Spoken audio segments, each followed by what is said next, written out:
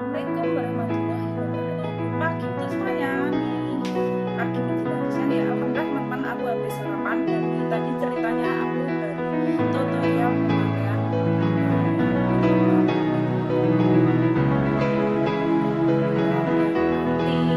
nanti lepas ya teman-teman ya. Udah ada 4 tahun teman-teman ya nggak dipakai.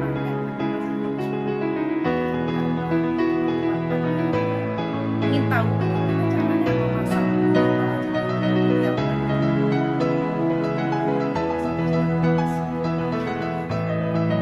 kan kerja ini teman-teman dan masih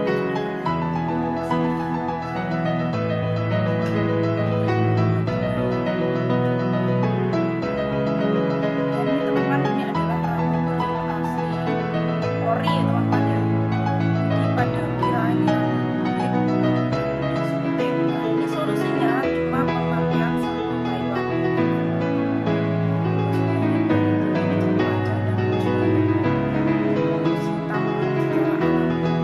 Jadi biasanya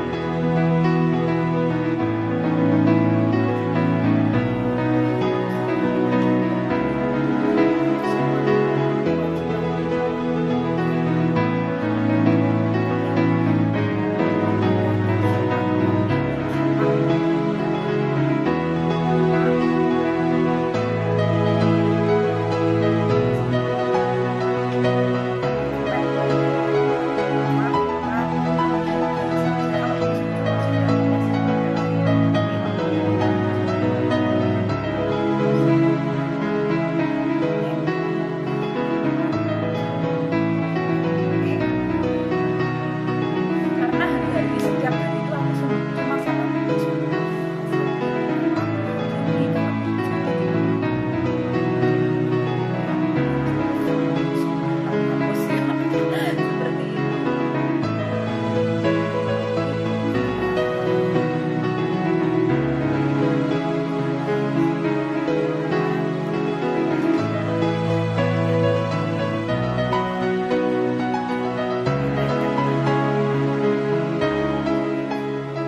Pas oke, thank you untuk teman-teman semuanya. Nah, ini aku berdiri di sini jadi nampak jelas ya teman-teman ya. Oke teman-teman, seperti ini adalah rambut ori asli, bukan wig dan bukan pula rebondingan atau semutingan. Aku tuh orangnya dengan apa adanya, tidak aneh-aneh ya. Intinya apa ya teman-teman, berpenampilan dengan apa adanya gitu loh ya. Nah, kalau keluar kan pakai jilbab teman-teman ya, ini karena di dalam rumah bekerja, yang penting berpakaian nyaman dan rapi ya teman-teman ya. Yang penting isi hati kita ya, seperti itu. Oke. Jadi kita itu tidak boleh memandang seseorang itu cuma dari segi penampilan luarnya saja ya teman-teman. Yang penting isi hati dalamnya ya, karena penampilan itu cuma apa ya, casing saja gitu. Yang penting hati kita dan niat tujuan kita, seperti itu. Oke, yang penting tetap utamakan sopan, rapi, intinya berpakaian yang sopan panjang lah ya. Dipakai panjang teman-teman ya, pakai celana panjang karena ini musim dingin ya teman-teman ya. Jadi aku berpakaian yang tebel dan kayak robot kayak robot kayak robot teman-teman karena pakai tebel ya. Oke teman-teman, mari kita lanjutkan aktivitas saja ya. Aku habis ini tak urusi pasienku untuk ke kamar mandi. Itu dia seperti aku anak kembar teman-teman. Mari kita lihat bubosku teman-teman, biar kalian tahu bubosku tuh orangnya tuh suka pakainya kembar-kembar kayak aku ya. Nih habis sarapan kenyang teman-teman. Nah itu dia cantikku. Nah oke teman-teman, ini aku merawat pasienku. Habis ini aku bawa ke kamar mandi. Oke teman-teman, aku di belakangnya ya. Dadah. Ini ceritanya tadi aku sebelum sarapan tutorial pemakaian bulu mata. Ya, make up seperti itu teman-teman, karena teman-teman tuh pada minta diajari ya, jadi ya udah aku kasih contoh saja. Nah, berbagi ilmu itu katanya pahala ya gitu. Tapi berbagi ilmu itu yang positif thinking saja ya teman-teman. Ini bu bosku teman-teman, dia tuh bajunya, jaketnya kebanyakan sama punyaku nih, bando saja mintanya sama, kayak anak kembar kan. Nah, ini pasienku sekarang pinter alias bu bosku, cantik, pinter nih, ngantuk teman-teman. Habis kenyang, habis minum obat ya. Nih teman-teman, habis makan sarapan pagi, tankau ya Tete ya. Terus sudah minum obat juga teman-teman, aku ambil ya. Gelasnya dia. Pinter teman-teman. Nih, tadi minum sendiri habis juga. Halo izin meo lah, ini izin meo. Nih teman-teman, kalau dia tahu makanan terus gerak kan teman-teman. Dia mulai badannya sehat, tahu makanan terus gerak seperti itu. Kalau dia nggak sehat tuh susah juga, nggak mau makan dia. Susah kan? Kalau dia sehat, makan nggak mau habis, marah. Nah, seperti itu teman-teman. Nah, kita merawat pasien tuh harus penuh ekstra kesabaran dan mempunyai tenaga ekstra yang kuat. Oke teman-teman. Tuh, dia tahu cangkirnya sudah bergerak kan teman-teman. Dia ke depan kan mau ambil. Sudah habis sayang. Dede, izin ke mana nih, izin cek ya, izin ke naija, izin cek tankau, tuh putoe. Oke teman-teman, dia marah teman-teman, nggak boleh marah cantik, biar cepat sehat ya. Puge ileng, puyo leng. Dede, tengsa, cang puge ileng. Oke, boleh ya. Didandani teman-teman, bubusku ya, biar cantik dia. Pasien gue cantik. Udah tah puyeng lah, cari puyeng. Pasien gue cantik teman-teman, bersih cantik, masih muda lagi. Usianya berapa ya? 53 atau 52 gitu loh. Udah habis ini aku mau lepas bulu mataku karena tutorial tadi ya. Jadi biar nyaman aku kerjanya. Habis ini aku mau lanjutkan kerja. Ibu bosku pinter ya. Pasienku pinter teman-teman. Kuatin dede ini cocokan dede. Coan, kuatin coan.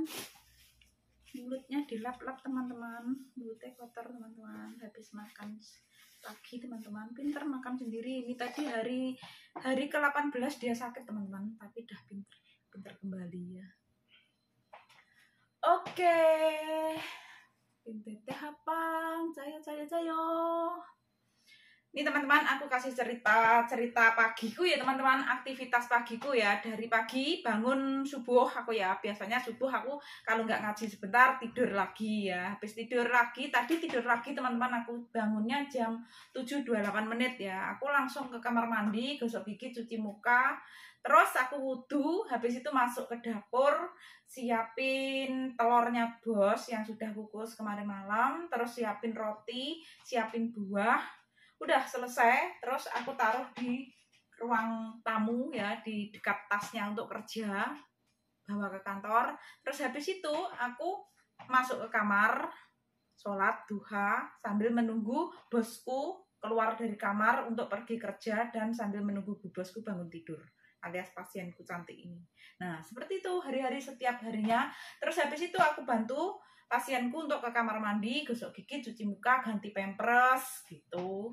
Dan aku teman-teman cuci pakai air juga seperti kita gitu. Jadi seperti merawat tubuhku. Nah habis itu teman-teman mini panganmu sambil mijiti pasienku biar nggak marah. Dia marah teman-teman, mau makan lagi, udah kenyang mentah ya. Terus habis itu biasanya aku jalanin kalau badannya sehat, karena ini badannya nggak sehat ya teman-teman, nggak aku jalanin nih tadi ya. Biasanya jalanin dari ruang tamu sampai dapur PP 10 kali, baru aku kasih makan kanduan. Ini kanduan teman-teman, aku kasih lihat ya.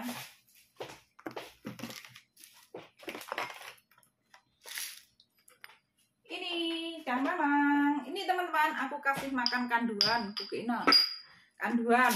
Nah, habis itu aku kasih sarapan, habis sarapan minum obat dokter. Nih obat dokternya ditok-tok pakai ini, dihaluskan pakai ini. Ada 4 macam. Terus habis itu teman-teman dikasih obat otak. Nah, nanti kalau sudah agak lama sedikit ya teman-teman, udah dari kamar mandi, gosok gigi, habis sarapan gosok gigi lagi, aku bawa ke kamar mandi. Nanti dikasih vitamin sama madu murni, seperti itu. Dan dulu itu minumnya itu ada 12 macam. Nah, berkat adanya metode pemijatan terapi air hangat yang aku lakukan selama 1 tahun, setiap malam kurang lebih 1 jam sampai 1,5 jam memakan waktu seperti itu, aku meluangkan waktu jam istirahatku malam untuk memijat pasienku. Sekarang bisa cantik seperti ini, bisa makan minum sendiri, bisa bangun tidur, bisa ngomong, otaknya main. Dan itu aku lakukan dengan pemijatan terapi metode air hangat. Caranya bagaimana? Caranya aku ambil botol kaca yang aku isi setengah air dingin, setengah air panas, aku kocok-kocok, lalu aku pijatkan dari arah telapak kaki tangan ke atas sampai benar-benar seluruh tubuh selesai pemijatan. Jadi setiap kali untuk pemijatan seperti ini teman-teman mengarahkannya ya, jadi kayak giling-gilingkan gitu ya. Ini kalau sudah dingin, aku tuang separuh lagi, aku tuang lagi air panas lagi. Seperti itu aku kocok-kocok untuk memijat lagi. Jadi benar-benar berulang kali dituang air dinginnya setengah, tuang air panasnya lagi setengah, seperti itu. Seterusnya prosesnya sampai benar-benar selesai pemijatan seluruh tubuh. Nah, pada akhirnya pasienku alias Bu Bosku ini teman-teman, yang tadinya badannya bengkak-bengkak, tangannya bengkak-bengkak, nggak bisa ngomong selancar sekarang, terus otaknya nggak main, dulu tuh ngelamun terus ya Tete ya. Tete ini izin Fate, ini marah teman-teman, dia marah mau makan lagi ya.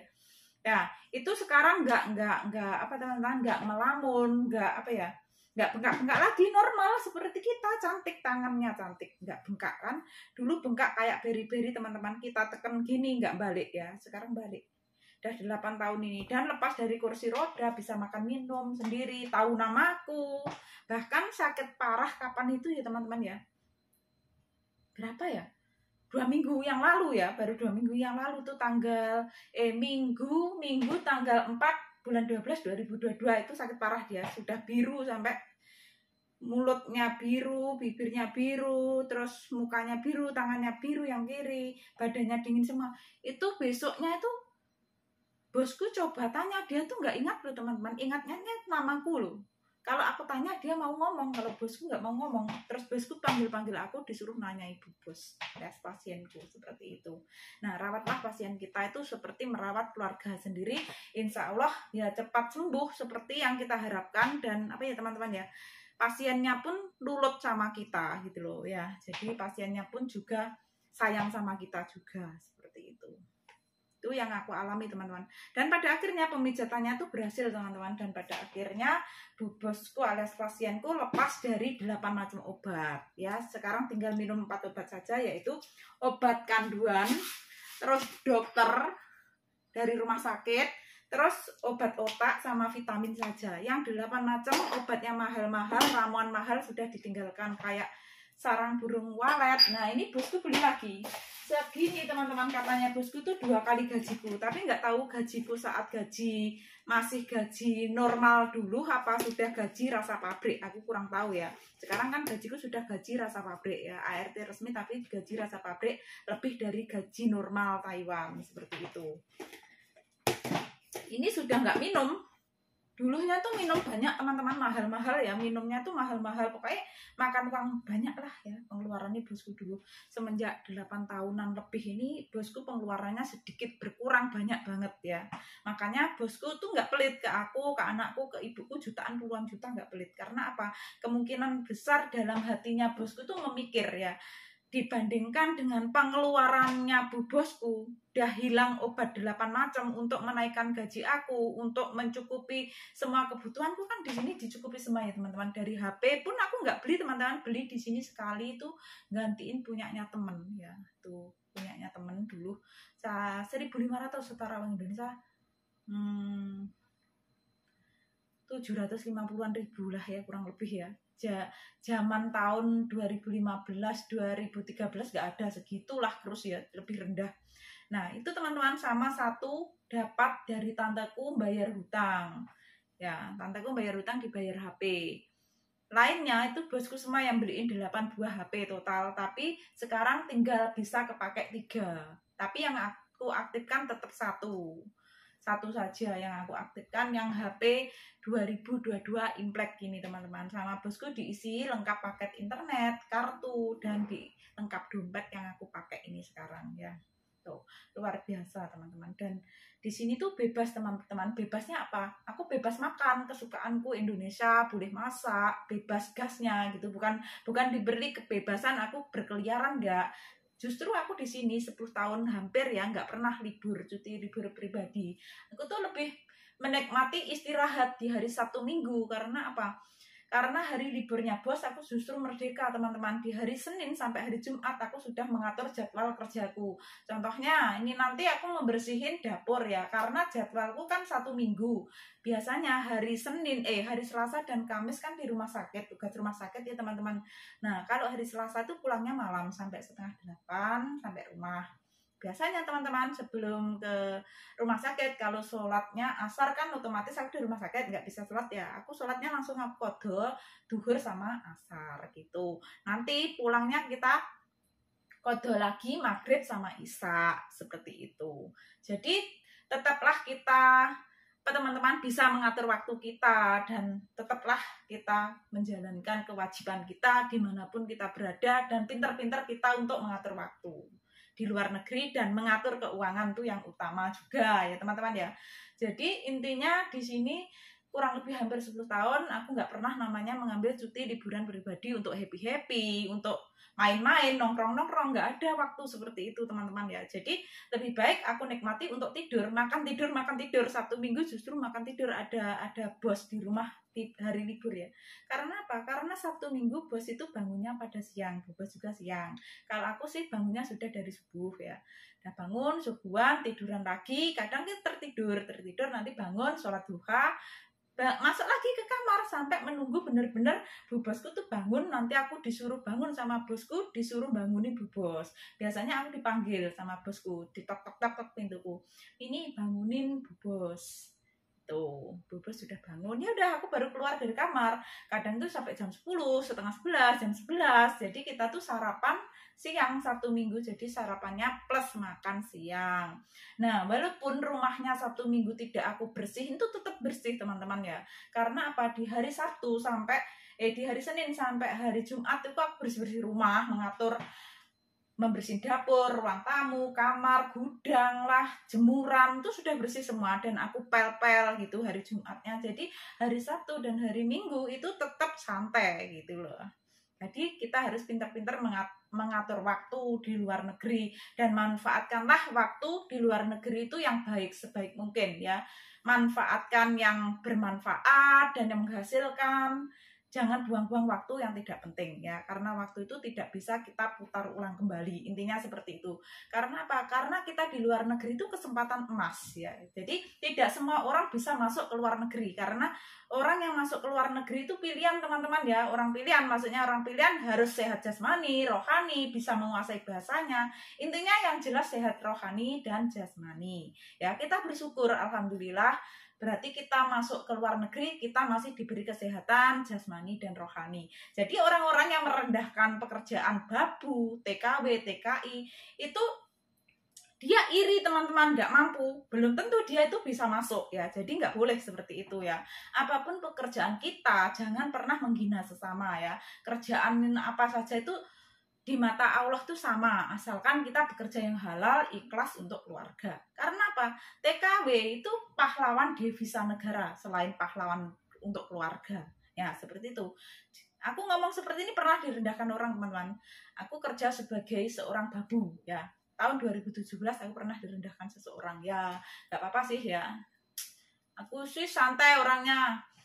Kamu tuh kerjanya babu, gaji kamu berapa? Punya kamu apa? Nah itu teman-teman. Nah dari situlah aku nggak aku ambil hati ya teman-teman, nggak aku ambil hati, nggak berkecil hati lah. Intinya aku di sini kerja demi keluarga, kerjaku halal gitu loh ya, benar-benar pakai keringet ya. Terus alhamdulillah ya teman-teman, ibaratkan aku rumah ibaratkan ya nggak ngontrak gitu loh ya, sudah ada rumah, nggak kepanasan, nggak kehujanan. Walaupun dulu aku sebelum ke Taiwan, karena dulu aku sebelum ke Taiwan menjalankan usaha teman-teman ya, ceritanya jualan sepatu, sandal, tas gitu. ceritanya. Dulu terus bangun di rumahnya mantan suami, di tanahnya ibu mertua gitu. Sekarang mantan suami yang nempati ya gitu. Dan aku sekarang bangun baru lagi di dekat ibuku. Lantai 1, lantai 2, alhamdulillah sudah finish lantai 1, semangat untuk lantai 2. Jadi kita nggak boleh merendahkan seseorang, menghina ya teman-teman, karena kita tidak tahu nasib seseorang untuk kedepannya bagaimana, dan tidak tahu pula apa yang akan terjadi esok untuk kita, seperti itu. Jadi aku pernah direndahkan seseorang atas kerjaanku, babu, gaji kamu berapa, punya kamu apa, itu. Jadi aku ingat-ingat itu buat motivasi untuk aku, untuk penyemangat untuk aku, gitu ya. Oke, semoga bermanfaat. Di luar negeri ya seperti ini, kerjanya halal, merawat pasien, dia kerja mengerjakan rumah, seperti itu ya. Jadi kita nggak boleh memandang seseorang itu cuma dengan sebelah mata saja. Tidak boleh juga kita menilai orang itu dari casing luarnya saja ya. Karena casing itu cuma sekedar hiasan ya. Sekedar hiasan, penampilan itu cuma sekedar hiasan juga. Jadi yang penting terutama isi hati kita ya. Seperti itu. Jadi kita nggak boleh memandang seseorang itu dari segi penampilan, dari segi casing luarnya saja. Yang penting isi hati kita ya. Belum tentu itu berpenampilan wow itu lebih segalanya, lebih apa, belum tentu ya, belum tentu. Orang yang berpenampilan dengan apa adanya, biasa, belum tentu dia nggak bisa, belum tentu dia nggak mampu. Jadi nggak boleh kita memandang seseorang itu cuma sebelah mata saja. Pantang banget aku kalau ada orang yang menjatuhkan, merendahkan, entah itu dari segi fisik atau materi ya. Aku paling nggak suka gitu loh teman-teman ya. Intinya kita bekerja, apapun kerjaannya itu sama gitu loh ya. Yang penting halal untuk keluarga. Tuh, prinsipku seperti itu ya. Dadah ya, caya apa oh. Bebasku lagi ngelamun teman-teman. Dia ngantuk mau tidur, habis makan kenyang, marah tadi mau makan lagi ya. Jadi seperti itu teman-teman ya. Kita nggak boleh memandang seseorang itu cuma dari segi penampilan, segi casing luarnya ya. Karena penampilan itu tipu-tipu teman-teman ya. Gitu ya. Yang penting pandanglah dari isi hatinya dan sikap tingkah lakunya bagaimana, seperti itu. Semua orang tuh pernah melakukan kesalahan pasti ya, mempunyai dosa, kilap, entah itu disengaja atau tidak. Nah, itu setiap orang tuh mempunyai salah, dosa, kilap, caranya saja yang tidak sama, bikin kilap, bikin dosa, bikin salah yang tidak sama. Yang jelas kita mempunyai dosa semua ya. Jadi kita sama-sama pendosanya, ibaratkan nggak usah lah kita sok kayak resik suci, ibaratkan terus menjelek-jelekin yang lainnya, nggak usah ya. Cukup koreksi diri kita, kurangnya di mana, salahnya di mana, perbaikilah, seperti itu baru good, very good. Bukan menjelekkan, bukan menyalahkan, bukan mau vonis orang lain, seperti itu. Karena apa? Karena kita menilai orang lain jelek, nggak baik, belum tentu kita bisa lebih baik dari mereka, gitu loh yo. Jadi setiap orang tuh mempunyai masa lalu, entah itu masa lalu baik, entah itu masa lalu tidak baik, ya teman-teman ya. Dan setiap orang mempunyai masa lalu yang tidak baik, otomatis dia pasti bercita-cita mempunyai masa depan yang lebih baik, yang lebih cemerlang, dan tidak ingin melakukan kesalahan yang sama itu ya. Jadi intinya seperti itu, kira-kira seperti itu dalam hidupku ya teman-teman. Aku bukan wanita yang sempurna, bukan wanita yang suci, nggak punya dosa, nggak punya salah, nggak punya kilap. Aku masih berlumuran dosa, banyak salah, banyak kurangnya. Jadi dari setiap apa ya teman-teman, apa yang sudah terjadi kesalahan, ibaratnya kekilapan dan lain sebagainya, dosa, itu akan aku buat yang bisa lebih baik lagi dari yang sudah aku alami. Itu hapuslah, seperti itu ya. Jadi kita nggak boleh ibaratnya menilai orang, oh itu loh dulu gini-gini bla bla bla bla ya, itu loh dulu gini bla bla bla.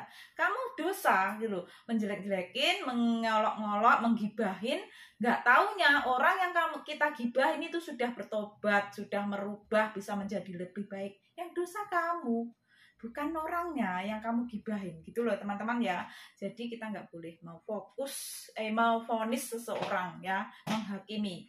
Makanya baik burukku tuh biar Allah yang menilai. Aku tidak suka dinilai orang lain, intinya seperti itu teman-teman. Karena apa? Penilaian orang lain tuh banyak yang blesetnya ya. Karena orang lain tuh menilai di saat kita melakukan salah, di saat kita nggak benarnya saja, nggak memandang di saat kita melakukan kebenaran, kebaikan seperti itu. Kalau Allah itu maha adil ya, penilaian Allah maha adil. Jadi adil, ditimbang kiri kanan ya. Baik kanan, buruk kiri, timbangannya ada. Kalau memangnya baik kanan banyak kanannya ya segini. Banyak kanannya gini. Nah, banyak kirinya gini. Kan gitu. Ya, ibaratkan kalau penilaian Allah kan seperti itu. Kalau penilaian manusia, penilaian orang lain itu yang jelas yang dinilai saat jeleknya saja, saat melakukan yang tidak baiknya saja. Itu pasti, ya. Jadi tetap diingat-ingat sampai mati pun, itu loh dulu gini gitu. Nah, ya enggak?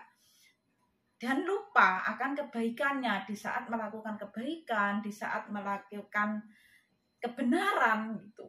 Jadi aku tuh nggak suka dinilai orang lain. Biar Allah lah yang menilai atas baik dan buruknya aku. Seperti itu. Oke?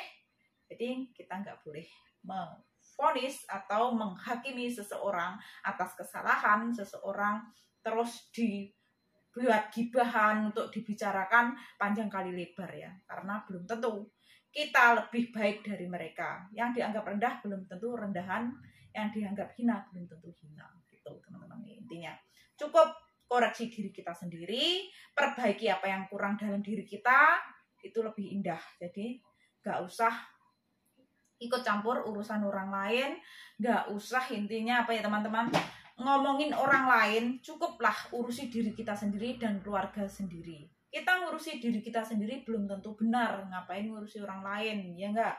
Nah itu teman-teman, ciri-ciri orang suka ngomongin orang lain, gibahin orang lain itu uripnya nggak bahagia, hidupnya nggak bahagia ya, hidupnya nggak bahagia.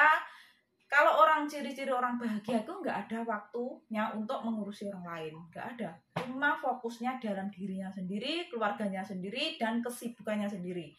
Kalau berusaha ya ngurusi usahanya, ngurusi karirnya gitu. Nggak ada orang mengurusi kehidupan orang lain, apalagi kepribadian orang lain. Kalau orang benar-benar sudah bahagia, nggak ada teman-teman yang sibuk ngurusi hidupnya orang lain. Jadi orang kalau sudah mengurusi hidupnya orang lain itu sudah tanda ciri-cirinya orang tidak bahagia hidupnya dan dia di bawahnya. Karena dia merasa tersaingi, merasa dia nggak bisa seperti mereka. Nah, itu pasti ya. Oke, gitu saja aku akhiri. Apabila ada kata-kataku yang kurang berkenan di hati teman-teman, mohon dimaafkan yang sebesar-besarnya. Ini tadi ceritanya habis ngasih sarapan pasienku kenyang sambil curhat sedikit teman-teman ya. Jadi intinya hidup itu nggak boleh memandang seseorang cuma sebelah mata saja. Boleh kita menunjukkan prestasi kita, menunjukkan pengalaman kita, mengasih testi untuk teman-teman lainnya, tapi dengan cara jangan kita menghina, merendahkan, menjatuhkan. Boleh kamu menunjukkan, oh alhamdulillah berkat aku di sini kerja dengan benar-benar kerja, dengan tekun, tidak foya-foya, aku mendapatkan seperti ini, aku bisa seperti mencapai cita-citaku, boleh, nggak apa-apa ya.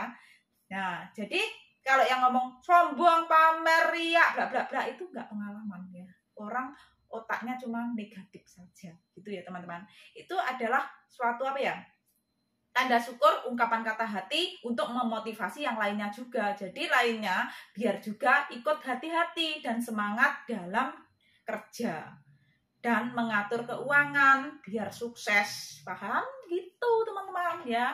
Jadi kita nggak apa-apa, kita ibaratkan jualan, kita menghasilkan apa ya, kesuksesan, kita cerita ya, ini teman-teman aku mau rintis ini usaha, nah alhamdulillah sekarang aku sukses, dulu aku juga pernah terjatuh gini bla bla bla, cerita nggak apa-apa, pengalaman, berbagi ilmu, berbagi pengalaman.